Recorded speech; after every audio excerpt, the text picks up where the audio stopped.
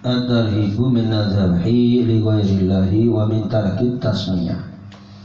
Bab tentang ancaman menyembelih karena selain Allah, dan juga bab ancaman orang meninggalkan bacaan basmalah ketika menyembelih hewan yang akan dimakan.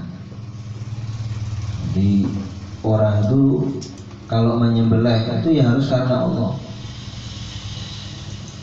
Misalnya mau kurban ya karena Allah, atau menyembelih ini ya karena Allah.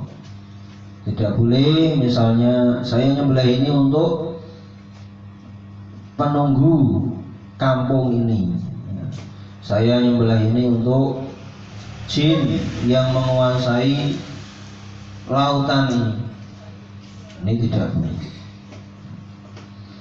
Begitu pula tidak boleh orang kok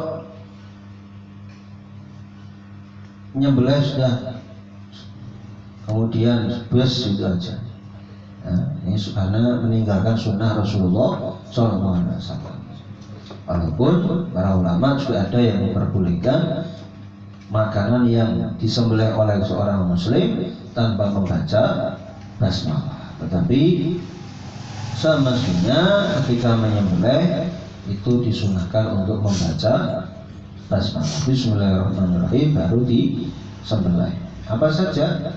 Yo ayam, yo kambing, sapi dan seterusnya. Dalilnya yaitu qala Allah Ta'ala, Allah Subhanahu wa taala berfirman, "Wala taqulu mimma lam yuzkar ismullahi 'alaihi wa innahu la fisq." Janganlah kalian memakan sesuatu yang tidak disebut nama Allah kepada sesuatu tersebut, dan sesungguhnya itu adalah perbuatan fasik. Jadi jangan memakan sembelihan yang disembelih tanpa mengucapkan nama Allah, tanpa menyebut nama Allah. Misalnya bismillah tidak ada basmalahnya, nah, pokoknya sebelah begitu. Nah, makanya para ulama ini hati-hati sebetulnya untuk memakan hewan-hewan daging ayam, daging kambing, apa-apa yang orangnya itu ketika nyembelih itu pokoknya sembelih begitu saja. Dan ada yang di pasar-pasar itu karena nyembelih banyak, apalagi ayam ya kan, gres. Nah, makanya paling bagus itu ya orang-orang yang tahu agama yang nyembelih seperti itu. Bismillah. Walaupun ucapannya itu bismillah begitu, tidak usah bismillahirrahmanirrahim. Cukup mengucapkan apa? Bismillah. Karena bismillah itu maknanya dengan menyebut nama Allah. Kemudian dalam hadis selanjutnya, wa kana sallallahu alaihi wasallam yahuthu ala tasmiyah wa yaqulu la'anallahu man dzabaha li ghairillah.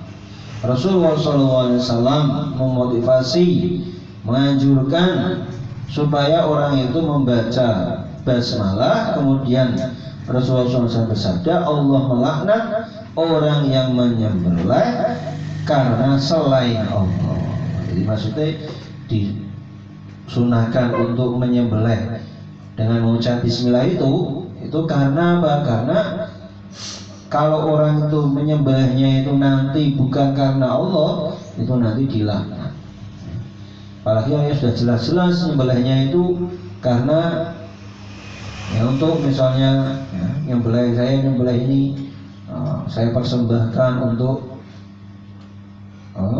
penunggu gunung ini, ya, terus disembelih begitu. Nah, ini sudah dilaknat oleh Allah Subhanahu wa taala. Ya.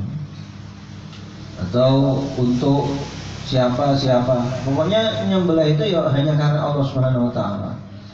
Kenapa bisa begitu? Karena yang memberi rezeki kita adalah Allah Subhanahu wa taala, yang menjadikan hidup dan mati kita maupun binatang itu yang menjadikan adalah Allah taala, bukan yang lainnya. Ya. Jadi Jadi bukan karena penunggu ini, karena danyang ini, karena ini, bukan, tidak ada seperti itu. Ya. Yang kuasa itu bukan penunggu, bukan danyang, bukan, yang kuasa hanyalah Allah Ta'ala. Selanjutnya at-tarhibu minal udhiyah wa tarhibu min tarkiha ma'al qudrati wa min bai'i jildiha.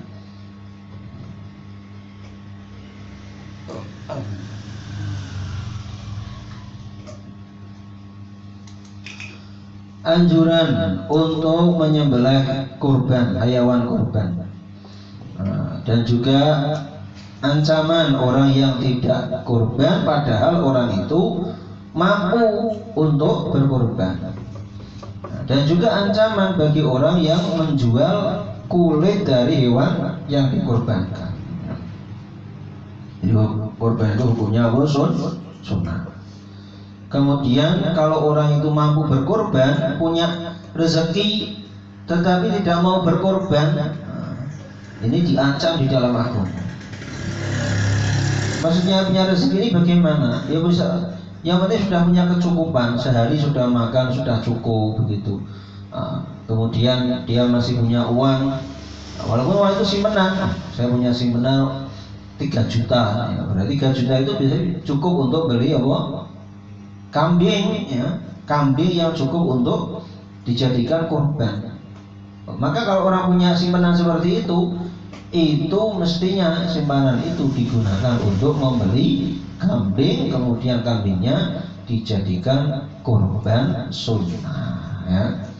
Kurban itu ada 2, kurban sunnah, ada kurban wajib. Ya, wajib itu apabila nazar, misalnya kalau saya setelah saya bernazar akan menyembelih kambing. Kalau saya sembuh dari penyakit ini, maka saya nazar akan menyembelih kambing. Itu namanya kurban yang wajib, itu harus itu. Ya, nah, kalau tidak nazar, maka hukumnya sunnah. Ini. Wa Zaid bin Arqam qala, diriwayatkan dari sahabat Zaid bin Arqam, beliau mengatakan, qala ashabu Rasulullah sallallahu alaihi wasallam, para sahabat Rasulullah sallallahu alaihi wasallam berkata, ya Rasulullah, ma hadhil adhahi, wahai Rasulullah, bagaimana tentang hewan-hewan kurban ini, bagaimana? Ini maksudnya hukumnya bagaimana? Maka Rasulullah sallallahu alaihi wasallam jawab, qala sunnatu abikum Ibrahim, ini adalah sunnahnya, atau kebiasaan atau ajarannya ayah kalian semua, yaitu Nabi Ibrahim. Ini sudah jamin Nabi Ibrahim. Nah, karena kenapa kok bisa dikatakan sunnahnya Nabi Ibrahim? Karena Nabi Ibrahim itu yang pertama kali orang disuruh untuk menyembelih anaknya, yaitu Nabi Ismail. Nabi Ibrahim itu sudah pengorbanannya itu bukan cuma mengorbankan harta. Kalau harta itu ya sudah biasa, kecil ya. Ini bukan cuma harta, anaknya, bayangin. Anak ini kan sudah tidak bisa dinilai dengan harta lagi sudah. Tapi kemudian beliau ketika menyembelih anaknya itu, ya sudah ditempelkan di pelipisnya itu ladingnya, gamannya itu, senjatanya itu. Tapi tiba-tiba oleh Allah Ta'ala diganti dengan domba yang besar, yang tanduknya itu kuat dari surga. Jadi, mulai semenjak itu, akhirnya setiap tanggal 10 Dzulhijjah disunahkan untuk berkorban. Maka Nabi Ibrahim ya setiap tahunnya itu mesti seperti itu, korban terus korban. Nyembelih anaknya aja gampang, apalagi cuma nyembelih kambing, ya punya beberapa dikembelih semua. Ini tanda syukur kepada Allah Subhanahu wa Ta'ala. Maka Rasulullah mengatakan ini adalah sunnahnya bapak kalian, yaitu Nabi Ibrahim. Terus para sahabat bertanya lagi, qalu fama lana fiha ya Rasulullah. Nah, terus kami ini dapat apa wahai Rasulullah kalau nyembelih seperti ini, nyembelih kurban ini? Maka Rasulullah SAW jawab, qala fi kulli sya'ratin hasanah. Setiap rambutnya itu, rambut yang ada pada hewan kurban itu adalah satu kebaikan. Nah, kalau misalnya hewannya itu rambutnya banyak, otomatis apa? Kebaikannya juga banyak. Nah, padahal rambut kalau satu sapi aja sudah berapa ribu, ya? Bahkan mungkin ratusan ribu atau juta-jutaan rambutnya itu. Bukan itu saja, para sahabat bertanya, terus fasufu, terus kalau rambut yang halus, suf itu rambut yang sangat halus, kan?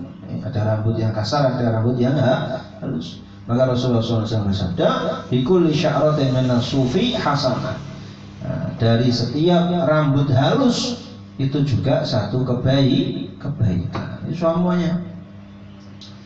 Nah, ini maksudnya Rasulullah memotivasi orang-orang untuk berkorban. Ini kalian, ya, kalau misalnya sudah punya uang itu diniati supaya bisa korban. Nah, misalnya orang nabung, aku nabung, nah, nanti supaya apa? Supaya bisa korban, ya, itu bagus.